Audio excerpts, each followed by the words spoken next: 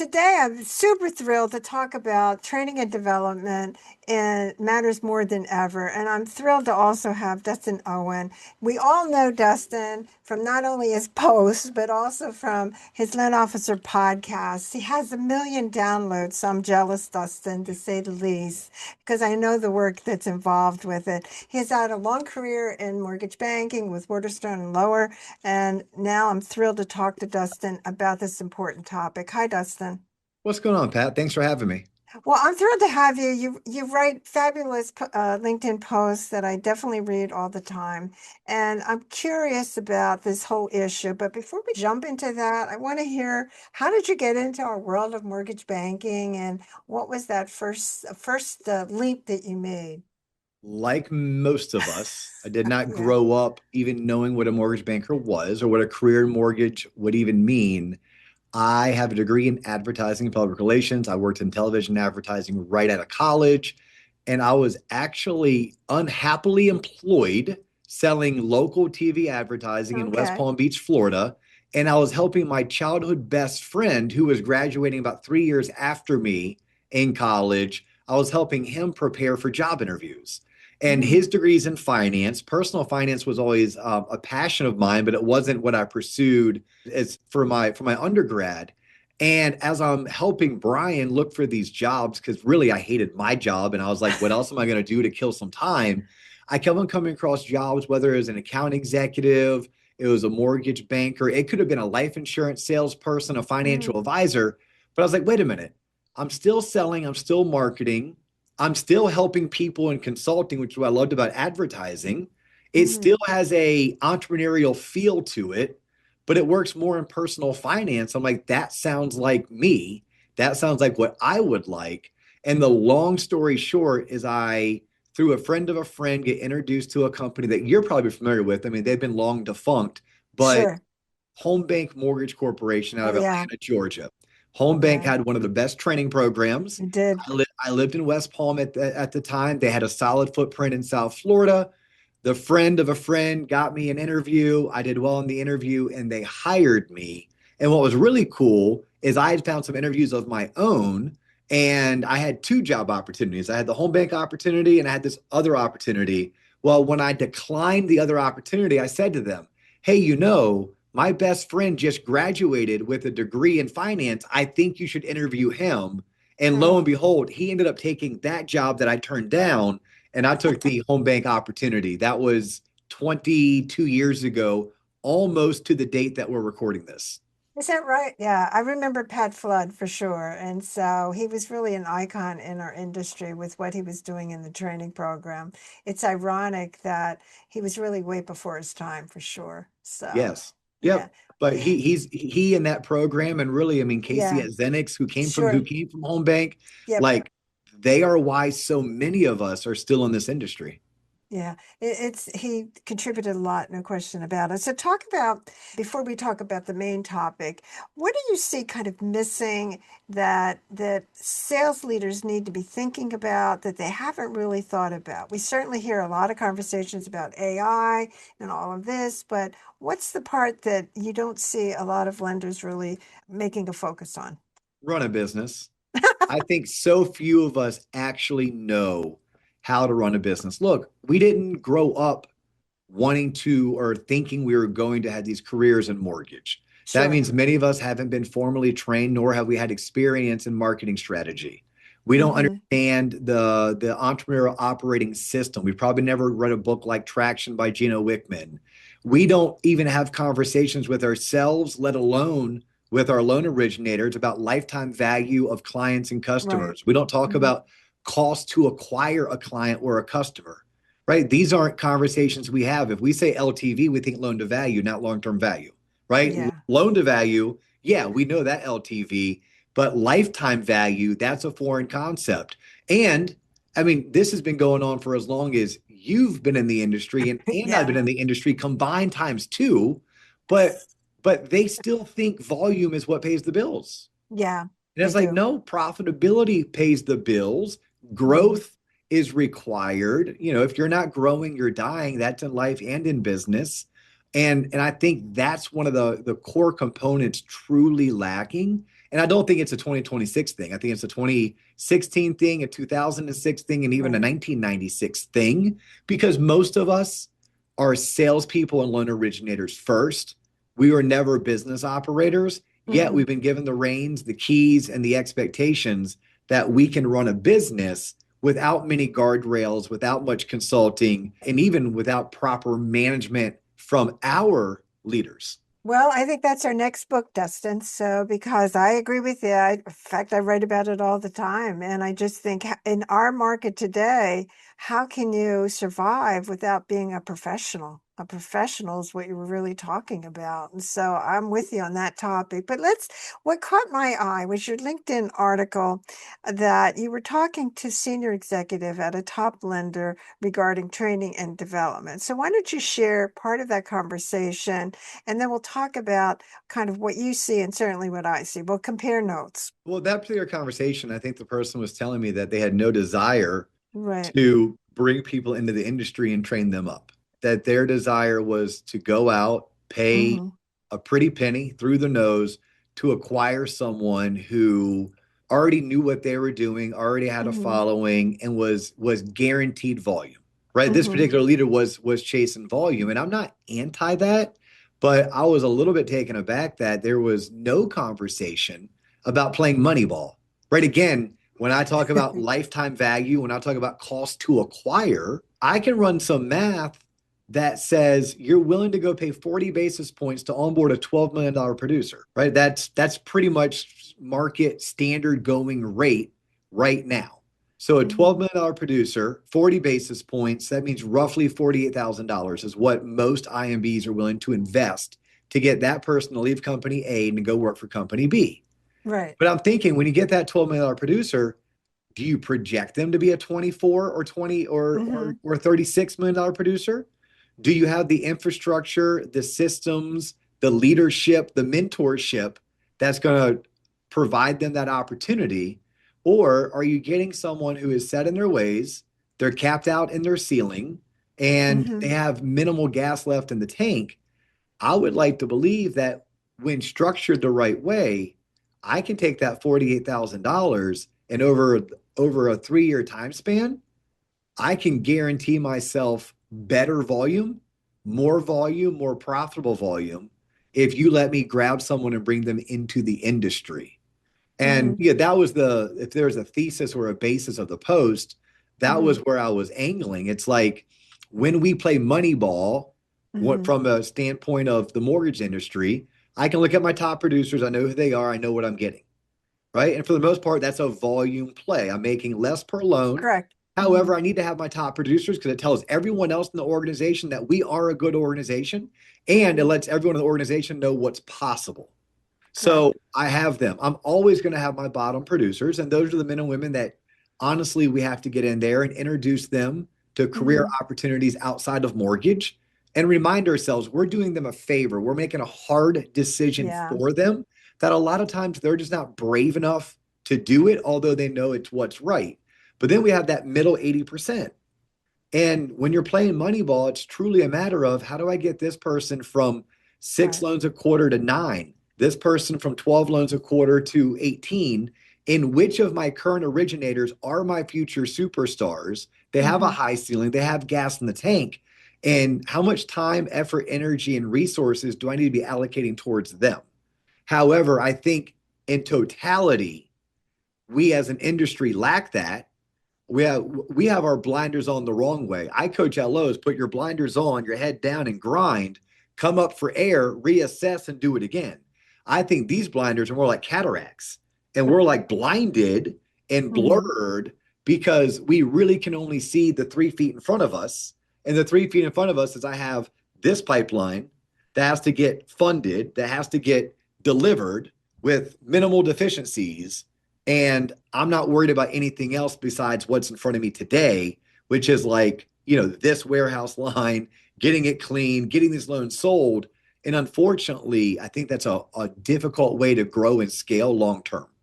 So talk about this whole issue. I agree with you 100% of what you're talking Yeah, about. you're I like, and you're preaching to the choir, I homeboy. know, I I know. got you. We're talking the same Yeah. topic, and I just and even when you show them facts, and I'm sure that's what you do, that here's your impact of this approach, they don't seem to want to recognize that the game has changed completely, and it's not a game that model and the argument that I make, that model's based off of just reliving my capital markets. It's a declining interest rate environment. That's what that model, that's how that works, because you're just hiring lots of people, hoping some of them work out. Your top people, obviously you're hoping that you can get them. But the point is that you are talking about that model doesn't work in the current marketplace, which even if you listen to the MBA is projected to be pretty much purchase money with 6.5 rate. I mean, that's what you're talking about. Mhm. And Yep. so that model is a different type of model. So talk about that from your viewpoint, because I just think that the assumptions are old assumptions. Well, you mentioned data. I love data. I tell people Yeah. numbers don't lie. People lie, Yeah. numbers don't lie. Now, Correct. statistics can be manipulated. Like, I'm not going to deny that. All of that said, look at the data coming from some of our data providers, whether it's my friends at Redder, my friends at Model Match, the minimum over at Hmm. MMI1, Ingenious, shout out to Jeff. Like, you name your favorite data provider Right. and look at the data. If you're an IMB, you're losing headcount, right? You're losing headcount. Hmm. Where's that going? It's going to the broker channel. Right. Why is it going to the broker channel? Because the broker channel is attracting the newer, younger, growth minded, aggressive originator. The more Hmm. entrepreneurial, like that's where they're sliding to. Hmm. And I'm not one that's going to tell you the broker channel is better. I'm not one that's going to tell you the broker channel is worse. I don't believe any part of our industry is better or worse on a holistic standpoint. I love the mortgage industry. I love it for credit unions. I love it for call centers. I love it Hmm. for broker. I love it for banker. I love it for banks. Like, I think for each of us as professionals, as we go through the seasons of life and the seasons of our career, Hmm. then based on those seasons, you could have a preference to broker, a preference to call center, a preference to credit union, but you Hmm. can't tell me one is better than the other. But if one was doing something better than the other, the energy in the broker space is off the charts. It's Hmm. off the charts. The energy in the banking space, not so much. Energy comes from newer, younger, fresher. It just does. So, Yeah. the numbers and the data are telling me that the energy is shifting. If I want to flow or follow the energy, then I maybe have to figure out what are some of the things that that channel is doing that I'm not. And maybe I can start doing that so that I can continue to do everything I do well as an IMB, but also maybe grasp onto some of that energy. And I believe that is introducing people into the industry the same way Hmm. I was introduced into it in 2004. You were introduced to it in Yeah. 1994, right? Yeah. Like, Yeah. it's time. You at one point were going to be an attorney. Yeah. You weren't going to run True. capital markets. No. You weren't going to run correspondent lending, Yep. right? So yeah, I think that's where we're at. It's a changing of the guard. I Yes. retired from production because I believe even in the space that you and I occupy, there's a certain level of changing of the guard where, guys like me need to slide in and look at some other people that have been influential to me in my life. I Hmm. need to give them a hug. I need to give them a high five, a kiss on the cheek, a pat on the back, and I need to say thank you. And I also need to tell them, and we're going to be good. Like, Yeah. we are going to be good. The industry is going to be good because of what you did, but also remind them that, hey, like, we got you. Like Yeah. we can slide in and do what you did for hundreds of thousands. We can do that going forward for the next 10 years. Well, you must be a soulmate because I'm with you on that whole topic. And I just think it's a topic within senior leadership that they view, and this is what it gets down to, is that they view making that investment is something that they view it as too long term, that they are worried about today more than 6 months down the road. And they view if I do it, that you will get recruited away. I mean, all of those thoughts are old thinking. Data doesn't support it. It's just really ridiculous that's the thinking that if I do this, they'll recruit them. And the point is, you'll get recruited away anyway. And I actually make the argument, and Dustin, I'm curious to your thinking, is that this idea of someone staying at a company forever, which is highly valued within our industry, has led to really static thinking because we really want people to come at certain points of their career, move to another point, and what you really are investing in is performance now. You're not investing for the future. You really are performance now, which is in your interest. And instead, they don't look at it that that's their responsibility. Is that what you see? Well, can I tell you what I've experienced? Like I'm gonna quote our old General Secretary of Defense, Colin Powell. Colin Powell Yeah, used to say, "In my humble experience," he didn't say "in my humble opinion." In yeah. my humble experience, like let me walk people through how this really works because I am someone who built a billion-dollar production division Mm-hmm. purely with this being our number one lead source, our number one strategy. Mm-hmm. Okay. In my humble experience, first I'm going to tell them this about they're going to leave and get recruited away. First, that's on you. Yeah. As a I, leader, that's on you. yeah. And you also had to put things in perspective. If someone left after 12 months, 24 months, 36 months, that's on you. Mm-hmm. Someone leaves after 84 months, celebrate it. Go back and look at their resume. They probably haven't worked anywhere for greater than 60 months and they gave you 72. That's called loyalty. Yeah. So, and the other thing I would tell that person who's worried about they're going to leave, be better. Be Yes. better. At the Yeah. end of the day, be better. Uh-huh.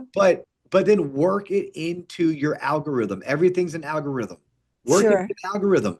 You've already determined you're willing to pay whether it's 25 bips, 40 bips, 60 bips for certain originators between heightened basis points, sign-on bonuses, or even Mm-hmm. like some kind of a volume-based production incentive to get them to onboard. You can Mm-hmm. have the same exact math that you work backwards when you onboard someone who is a Henry, a high energy, not rich yet person. Mm-hmm. Except for here's the difference. Again, with my humble experience, when I hire a Henry and I assign a Henry a mentor, I can pay that Henry 90 basis points and Yeah. not 125. I can pay their mentor 25 basis points to be a mentor, which, by the way, you and I both know this because we're in the game.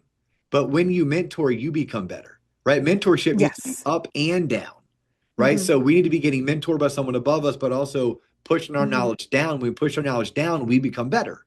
I mean, every one of Mm-hmm. my coaches will tell you they are a better originator since they started coaching Mm-hmm. than before they started coaching. So I look at it and say, if you want to play Moneyball with me and look at the numbers, my Henrys that I onboard will 100% work their tail off for 90 basis points. I'll give 25 basis points for them to have a dedicated mentor. When you add Mm-hmm. 90 to 25, last time I checked, fourth grade math here, it's 115. 115 is less than 125. So I have net coming back to my branch 10 basis points. And Right. what was my financial investment to get that person like into the organization? Was Mm-hmm. it maybe I paid for them to go through one of your trainings, one of Casey's trainings, one of my coachings? If I added all those dollars together, what did that actually equal?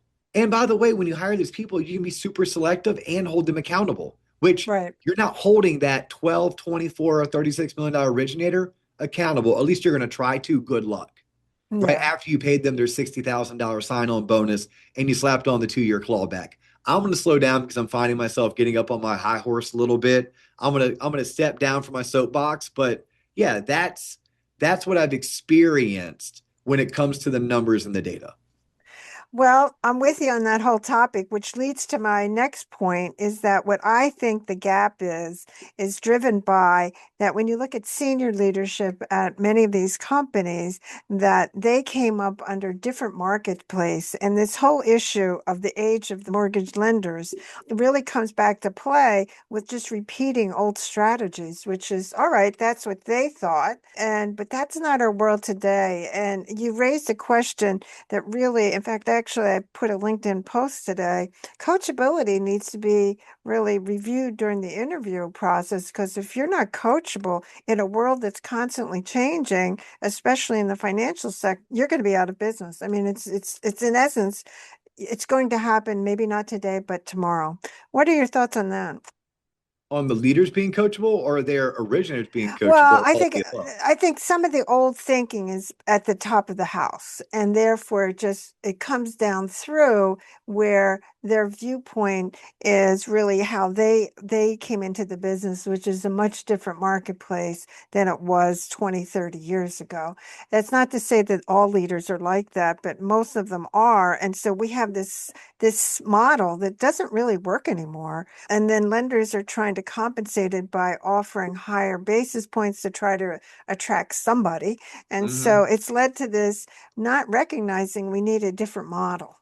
Yeah. Well, I would tell those people it's five of my favorite words when you string all five together. Nothing changes if nothing changes. Yeah. Right. I mean, if you're going to be in growth mode and you have your eye on the 2030s and not your eye on the 20 teens, then Hmm. you have to recognize that the playbook you're developing today and the plays you're running are to dominate in Yes. 2030.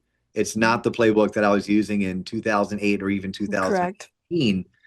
That's hard for some people. I mean, there's some people have a hard time changing their hairstyle or buying a new pair of jeans, and the jeans they wear have been out of style not once but twice now, right? I mean, but the fact of the matter is, if you truly care, now maybe you don't care, but if you truly care, you're going to have to start pivoting Right. and leaning into what the future looks like. And I do believe the future looks like bringing new men and women into the industry, but even bringing them in the right way. I mean, Yeah. like my biggest issue coaching loan originators is they are taught and they think and they act like loan officers. And anyone new that I bring in, I mean, they get told day one, it's your job to get a lead. What I tell them day one, the work is everything else you get to do once Right. you've gotten a lead. And by the way, I'm going to have a robot that's going to do most of your work for you in the future. Hmm. But if you can focus on getting a lead and becoming a great advisor and becoming an astute Hmm. financial representative in terms of Hmm. your advice, your consultative approach, become good at storytelling, more importantly, Sure. become the source of information for the local market that you serve. I'm like, that's what I need you doing. So we start with it's your job to get a lead. Then we talk about what the work is. And I even go one step further and I remind every loan originator, I don't care if you work for Bank of America, Mid Florida Credit Union, or Barrett Financial, or anything in between there. I will tell you, you work for you, comma, LLC. Yeah. And I think that mindset hasn't been ingrained in a 20-year veteran, a 15-year veteran, a 10-year veteran. Hmm. They Hmm. still think their value is they know the Fannie Mae guideline better than anybody. They can Correct. calculate VA residual income better than a lap underwriter can. Hmm. And it's like, no, y'all, like that's not your value any longer.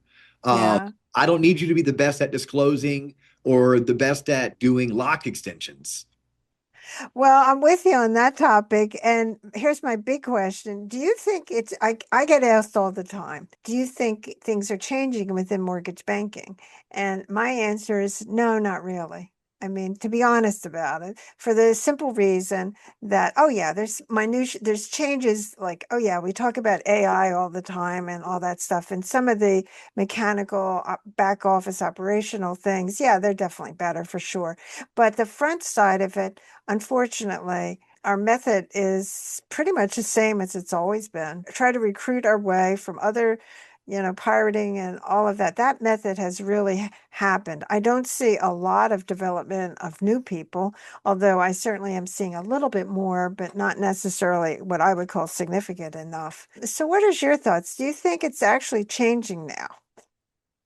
No, I think the only thing, no, the short answer is on the front end of things, no. Even, No, look, I'm a content creator, and I would yeah, like to say I'm above average at creating content. And my friends in the loan origination world that are great content creators, 3 years ago, 5 years ago, we all were saying, you got to be a great content creator in order to do loans. No, you don't. No, no, no, you have to be a great networker. You have to have yeah, a vast and robust database that you consistently market to. And yes, creating content and showing up online 1000% makes you more successful with doing the things that you've always been doing. Hmm. But like even that hasn't drastically changed. Now, I'm going to have a guy on my show who's going to tell me how he's generating 3 leads a day doing TikTok live. Yeah, That's really sure. cool. But you know Yeah. what? You know why he's coming on the show? Because he's one of only a handful that actually do that well. Malcolm Gladwell wrote a book about guys and girls like him Yes. called Outliers, right? He's an Yes. outlier. So no, overall, I'm not seeing it right now. Now, I'm also not like closing my eyes or sticking my head in the sand. I'm keeping my head on a swivel and I'm anticipating what's going to be coming down the pike, Right. what could potentially disrupt. And honestly, that is just if the technology can start getting to the consumer faster than we can, or if the Hmm. consumer starts bypassing the normal channels being real estate agents, home builders, financial advisors, if they start bypassing mom and dad or asking their best friend or their coworker for their recommendation, I think it could be disruptive. But right now, no, I'm not seeing a whole lot change. And yes, we will be utilizing technology to hopefully manufacture loans faster, Correct. manufacture loans quicker, more accurately, and more cost effective. I totally see that happening before I ever see like the front end of the work being disrupted. So, do you see training and development? In other words, the way it works today is simple, is that what I see is that lenders feel that that's a cost factor for the loan officer to pay. And so are they providing it? They'll provide product information, computer training, and so forth. But when it really comes to upping their sales skills, that's left with the loan officer to go get that. And so the loan officer, especially the middle tier loan officer, you're asking them to make investments that's not likely that, not to say that aren't some, but it's not likely that they're going to view it like, gee, I don't know if I want to do that right now. I don't want to pay for it. So this model of outsourcing training and development up to the loan officer, that's the core problem where the company is not making any investment in the employee. Yeah, I would agree with that, but I would say the core problem, if I really dug Hmm. deeper, the core problem is we work in an industry with zero accountability. Well, I Any agree with that. accountability we've ever had has been to compliance.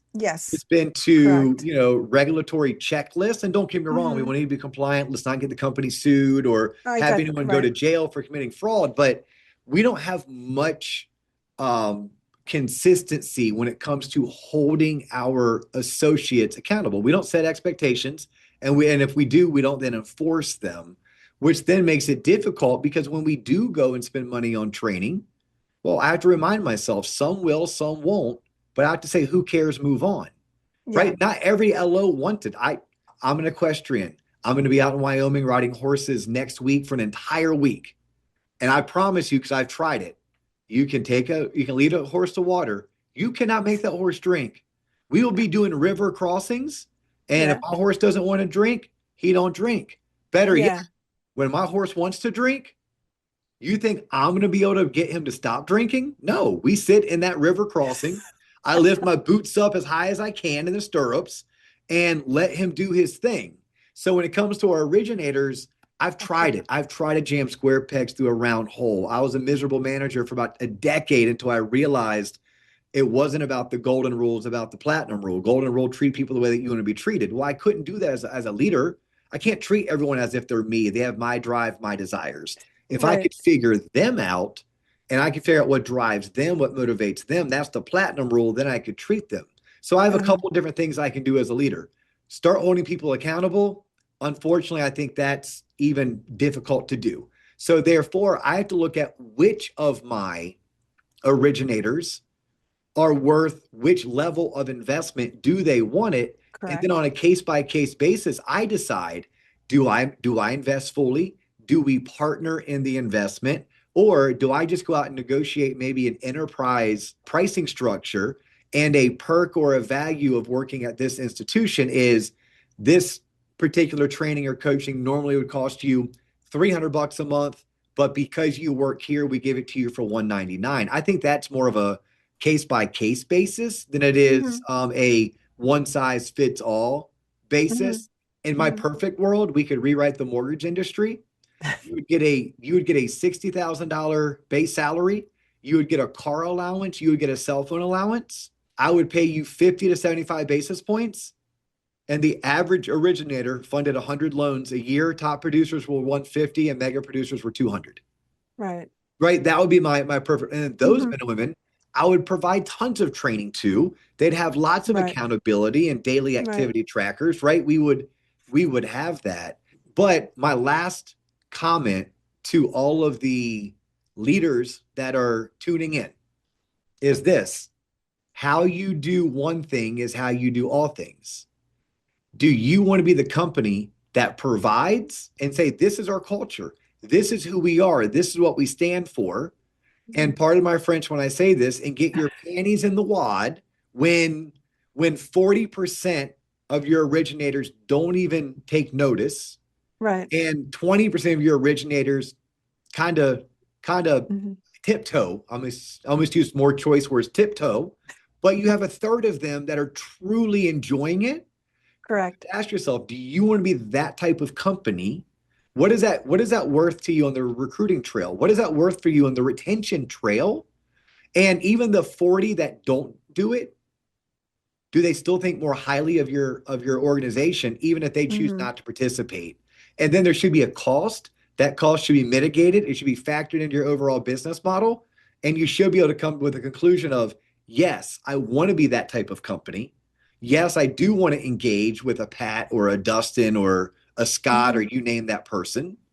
And I may do one thing for this region, one thing for this branch, one thing for this Mhm. LO, but we are that company that believes in this and we Mhm. follow that pattern of success. I with you 1,000%. But as I mentioned to you when I responded to your LinkedIn post, is what I have done is I have stepped into their role because they're afraid to say, no, you're not going to get training because you don't want to basically be trained. I've stepped into the role where they get interviewed by me before I will take them. And Yeah. I go through a sequence of, I call them my coachability questions, and if they Mhm. don't answer them right, I'm not taking them. So, Yes. and I think it's a sad comment that it's not happening internally, that the lender is not doing that internally because they know their employee. I started doing that I've had great success with, and maybe you already do it on your end, is I have my signature boot camp that I've been doing for Hmm. over a decade. But what I started doing, especially when I have like an enterprise relationship, like an entire credit union or like an Correct. entire top 10 IMB, is I add an extra call a month, and it's coach the coaches. So I'm Yeah, coaching the originators, but the manager, and a right? coach the coaches call. It's 1 hour of my time, Yeah, but I'm coaching the branch managers my curriculum. I'm yeah, coaching them what is being taught to their loan originators, what's being right. expected, and then I'm turning them into mentors and accountability partners. Because Hmm. honestly, the last thing I need is a bunch of LOs looking up to me as their mentor and me as their accountability guy.